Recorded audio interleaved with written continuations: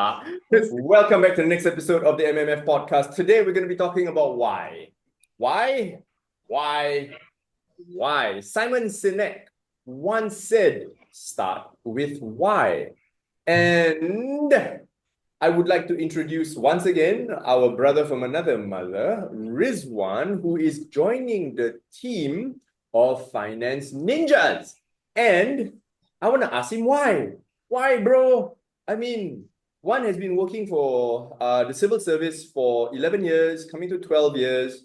And he decided, hey, I want to jump the boat and jump the gun, jump the boat, and come over and join us as a finance ninja. Now, for those of you who are not familiar with us at MMF, we are a team of independent financial advisors. Now, independent means we're not representing one particular service provider, like a typical insurance agent. We're not. We focus on all of them. Which means, a bit funny, right? How to focus on all. So the true people we focus on are you, our listeners, our viewers, our customers, our clients. Because end of the day, if you need a specific financial product, you don't have to go shopping. We go shopping for you. That's what it means to be an independent financial advisor. We've got 18 different life insurance partners, 11 different investment platforms, over 30 general and commercial insurance providers, and we write wills for you as well. So quick plug done. Let's talk about why.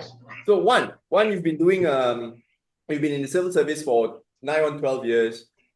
I'm sure you have some big reasons for wanting to join me and the guys, and also obviously some very big concerns and expectations. So let's start with why. Why? Kena scam. Why?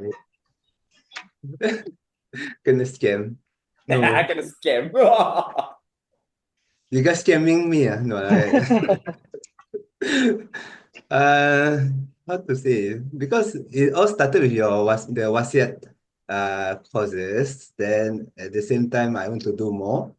Then I get to know from you lah, Afiq. You shared with me what's your approach in getting your income, everything. Then how to say? Before this also, I don't know what is independent insurance or independent advisor. I only know, like you say, Thai agency. I don't even know there's such thing called agent who is related to 18 other insurer. So before I met you, I don't know anything regarding that. So like when I get to understand how independent FA works, macam wow, actually they have you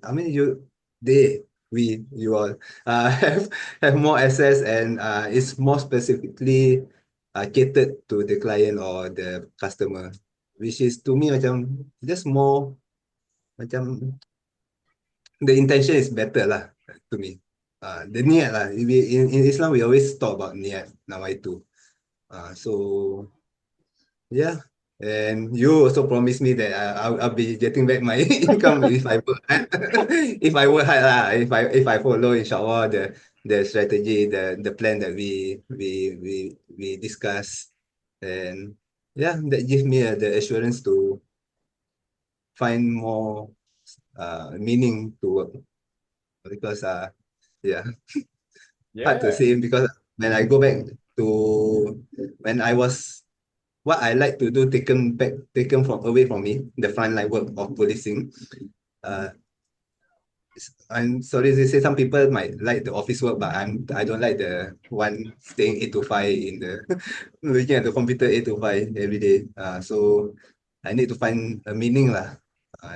One of it is the WhatsApp consultation, but then I get to know with you, the independent financial advisor, we have all the other access, and we are focusing on the client or the customer instead of just the product, which is sold me lah. I mean, because of that, I want to join. Yeah. So yeah, that's a big why. You're bored at work. Senang cakap. You're bored at work. You're looking for meaning and purpose, and obviously just help the community lah kan.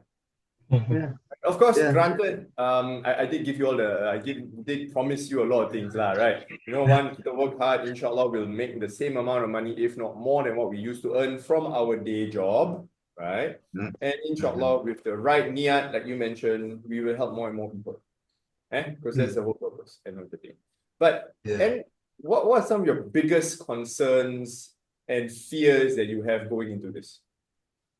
definitely money lah. Because for the past 11, 12 years, even I married. I mean, I married because I joined the police force lah. Because then alhamdulillah for the past 12 years, it has been always income wasn't a big issue for me. As in a civil servant, in anyone salary based, anyone is there's salary based, inshallah. Sometimes we forgot, we take it for granted. Like we spend over our means, then we know that next month we be getting the salary, so we can pay off that whatever we paid in credit or whatever. So it's time to not take things for granted and really be present and be aware of my finance lah, basically. Actually, it's all triggered from the cancer also. Because of the cancer, one of it is I didn't like, okay lah, I mean, alhamdulillah, I got the insurance cover. Then even though it's minimal for the critical illness payout, but I got a sense of awareness in money during that time. Before that, I like macam take things for granted lah, just salary lah, never mind lah. So of course, the biggest fear is not getting back whatever I'm earned, my last earned salary. But like you say lah, or what I started to believe in, inshallah, the rezeki, if have, it will be barakah and sufficient for my family. Even though it's a lot or little, even my parent, my mom also been telling me, inshallah, everything will be sufficient, no matter how much we earn. Yeah, we all know, all Muslims should have known this story already, but it's so hard to hold on and believe it in. Because But yeah, you just have to keep on reminding ourselves, remind each other, and that's how our works lah. It's really the mystery. We wouldn't know how, but we believe in him. Mm. Yeah. Wow. Wow, that's wow, kat sini, bro. I feel it here, man. Yeah. Later I share. You all know my story, but our listeners may not. But I'll share my story in a bit later on. But yes, what? Alhamdulillah. So you have obviously the concerns are there. And I want to promise you that inshallah with Allah's grace, number one, inshallah, can. And whatever knowledge and skills that I can teach you and share with you and get you started, yeah, we will help. And so at the end of the day, within the four of us today, there's only a small team of us. This is the four of us. Inshallah, we want to start growing the team. Yes, we want more like-minded individuals, more team members who really understand what it's like to be independent. And we are in Singapore's largest independent financial advisory firm. And what it really means to be an Islamic wealth advisor, how to really help the community. Not just by selling financial products and locking people into long-term ILPs, and it's more of a burden to them. Ni nanti akhirat semua nak kena jawab, by the way. Okay. And so let's not put the spotlight on one for too long. Nanti one start to stress. Well, let's talk to two other gentlemen. Here, the two guys who put your faith in me, and as a leader, a reluctant leader, I never wanted to be a leader. But Alhamdulillah, God sent me your way. And what have been your experiences for the past few years with me? Let's start with Asri. The experience, I would say it's good. I think I would say that I got what I was looking for. After all, I'm not sure if the viewers actually know, being 10 years in the shipping industry before I did the career jump, I was with another IFA. My financial consultant was also an IFA, and I like his approach, and that's why when I did a jump, I was only looking for an IFA because I know to serve my clients better, especially when it comes to family members, I would need certain requirements, certain papers to actually invest for them. And IFAs are the way to go lah for best returns, that kind of thing. When I did the jump, I didn't realize insurance was haram. I was like, insurance haram? Wow. A client actually told me, Asri, Same. insurance haram, you know. Huh? I thought it's halal. No, no, no, no. It's haram. Don't get me wrong. It's permissible, but it's still haram. That's when I started doubting things and I started looking around. And that's when I found Afiq. And I like his approach because he reminded me of my previous financial consultant. Friendly, warm, he's very concerned. And that touch point is what I was looking for and what kind of approach that I want with my clients as well. So Alhamdulillah, I got all the information I need. I got a clear directions, a clear sense on how I can actually hit my targets.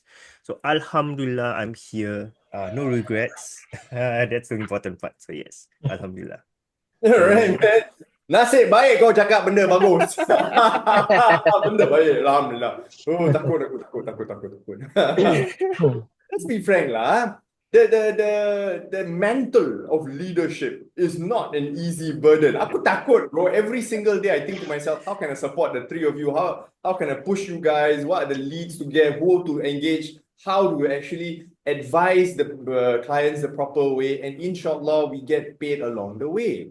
Right? I always tell all of you, getting paid is simply an exchange of value. You do good things, you help the client, you give them value, they will pay you. It's not, oh, buy my product, sales, because the word sales is so sleazy, right? Because people have this idea that when you are trying to sell me something, you are taking advantage of me. Right? And here's the thing, within our advisory practice, have you guys ever felt you're taking advantage of someone? I think In fact, not much about feeling taking that we are taking advantage of our client. It's more that am I servicing them good enough? See? You know, for the amount that they are paying, are we shortchanging them? Yeah, it's always at the back of my head. And that's something all of you out there who've ever been sold to or are currently selling to other people, you think about it. Are the people we serve, we help, are they really getting the true value? Because at the end of the day, right, I give you a very simple example. Insurance. Ashri mentioned insurance, right? Yes, all the policies out there currently are all non-compliant, all conventional insurance, all haram, except for one, which is Etika, and we're one of the providers for Etika. There's only one, by the way. Insurance is very simple thing, right? You enter into a contract with a service provider that says, if this happens, I pay you this amount. Yes? And this is the price you have to pay. If you go to insurer A, they charge you X dollars. You go insurer B, they charge you Y dollars. Insurer C charges you Z dollars. Each of them will say, you die, we pay you this amount, but we charge you differently. Each of them has their own insurance agent. Each insurance agent will say their product is the best. Yes? Yep. How many of them really out there, right, dare to say, ours not good, our competitor better? Nada. But here's the best part. If you talk about adding value to clients and customers, right? For us, when a client comes to us and say, hey, I need insurance. Oh, okay lah, can. Here A, B, C. But in my opinion, A okay je, B pretty good, but C is one of the better but more expensive. Which one you want? Do we need to push the client? Buy, ni bagus, this one is the best. Kita dah jadi McDonald lah. Don't have McDonald's. You come in, okay, sir, can I take your order? Would you like to upsize? Yeah? Oh, no, you want upper burger? No, you want McChicken? And that's the key about being an IFA, isn't it? We literally are the service provider that gives you options from all across the board. End of the day, our clients have never been sold to. Our clients tell us what they want. Okay, I get for you now. Yes, sir, upsized. And here's the best part.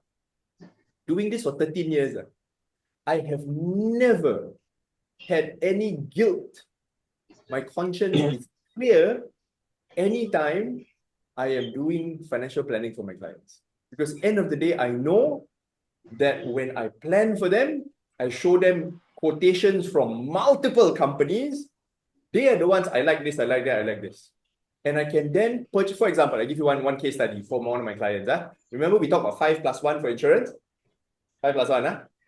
The 5+1 is from 4 different insurance companies. The paperwork was that thick. Merana lah aku yang buat, but at the end of the day, the client was like, yeah, thanks for doing all this. It's 4 different insurance companies. I never thought I'd be able to do it. And it's only possible when you're an IFA like us, an independent financial advisor. When you quoted, there was more than 4 insurance companies, right? Of course. Awesome. That's Of why. You got course. 16, So right? they got Ah. pick a lot. 5+1. Just for the viewers' sake, what does 5+1? Remember, first one, hospitalization. Okay, we carry from 5 different providers. Income, AIA, Singlife, Raffles Health, and HSBC. So I had to go through, I said, okay, Mr. Client, I got 5. In my opinion, these top 3 are the best and most value for money. Baru, HNS. Personal accident, mampus. I had to go through 30 different companies. I picked the top 3 for them now, okay. Then your critical illnesses and death. 18 different life insurer. Merana aku pergi compare. I shortlist 3. Okay, these are the top 3 that I think make sense for your situation. Disability income. CareShield, people think so easy. There's 3 providers on the market. Right? So people nak kena cari. Okay, we cari for you. Then your gender specific illness, the +1. There's 2 standalone plans on the market. One by income, one by HSBC. For ladies and for men. Okay, the rest are not standalone. Those are riders. You must buy the main plan. So just 5+1. How many quotation aku nak buat? Client tengok. They're like, oh, okay, good work. I think, yes, no, it's a lot of work. Okay, I want this one. Okay, do for me. Thank you, sir. We bought all the paperwork. Was there value exchange between me and the client? Definitely. If I was an insurance agent, I'd just say, no, you buy this one product, mine good, mine best. Another. Sure. Right, Zul was from GE for a couple of years, yes? Yep. Tell us about your time in Great Eastern and what made you want to jump to MMF. Okay. While I was in GE, it's all about numbers. It's all about hitting targets. So after a while, it became it wasn't about service oriented anymore. It was just about hitting numbers. So it becomes an automated product peddling. So which is the best product to sell to hit that numbers that you need to achieve. So after a while, it's draining me. And one part of it was I attended one of the course from Afiq and his partner Zaid. So at that time I was a young, still young lah. I was a young agent. So Zaid said insurance haram. So it didn't really affected me at that point, but over the period of time when service became like mundane, it starts to tug on me that if this is haram, then why am I doing it? So I started to be reluctant to even push some of the product when after I started reading that this is not permissible. Then kalau aku jual kat makcik ni, she earns lah, but akhirnya aku nak kena jawab sure. Yeah, so that was my brief experience with GE lah. So after a while, I made my performance. I was reluctant lah to perform. Understood. You suddenly grew a conscience. Yes? Yeah. In Islam, or rather in our community lah. I don't know about Islam, but in our community, there's a saying. Kau tak tahu, kau tak dosa. Right? For our non-Malay speakers out there, if you didn't know something was bad, you didn't commit a sin. Tak tahu, tak dosa. Don't know, don't sin. And the problem with doing this, and this is on my part, to be absolutely frank with everybody today. Last time, I used to work for Standard Chartered Bank. the world of riba. We sold all kinds of exotic financial instruments, ranging from simple insurance policies, endowment lah, ILP lah, to exotic equity-linked notes, dual currency investments, medium-term notes, even bonds and equities. I could do options, what I can do. I was having fun.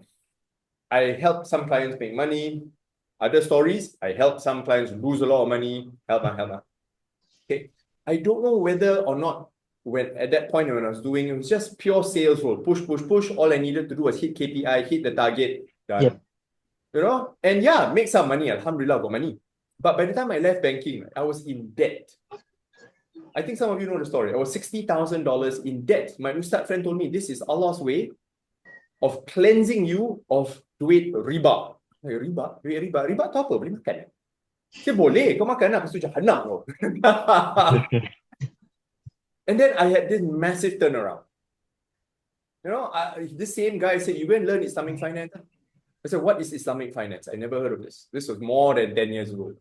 I started learning, and I started learning deeper. And tak tahu, tak dosa. Then, dah tahu. So I know everything already. I was like, oh my God.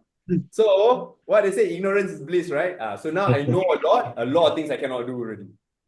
Because if not, I would have sinned. And so for me, it was a personal journey where I had to clean up my own affairs, my own things. Whether it's money, whether it's finance, my own habits and all. The more I learn about Islamic finance, the more I started learning about Islam. And then for me, there was like, remember last episode, we talked about being a better Muslim? Right? One of the goals Zul had said, being a better Muslim. I would argue I became a better Muslim, and still not the best, obviously, I'm not the best. Right?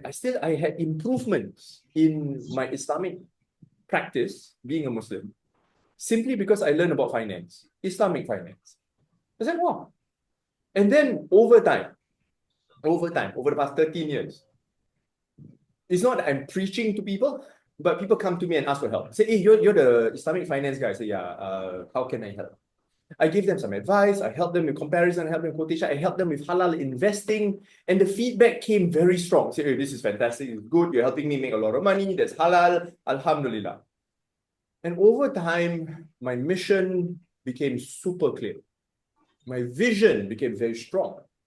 If you all still remember, the vision is a wealthy Muslim community, a ummah yang kaya. But kaya means what? Wealthy means what? Not just monetarily, yes? Right? I want our community to be wealthy, from financially wealthy. They need to be spiritually wealthy. They need to be physically healthy, mentally healthy. They have to be happy. And that's the key. Ummah yang kaya. What does kaya mean? And I teach all of that in the Halal Investing Masterclass. But tu cerita lain. And the mission, for those of us out there who are thinking, hey, maybe we want to see what Afiq and his team does, the mission is simple. We want to empower and educate the Muslim community with sound financial literacy in Islamic finance. Simple as that. Vision is clear. Ummah yang kaya. Mission, we educate and help and empower all of you to make better financial decisions. Right? So for all our listeners out there, all our viewers, if you think that, hey, maybe you want to explore a career, becoming a finance ninja, our doors are wide open. Drop me a message, drop me a text.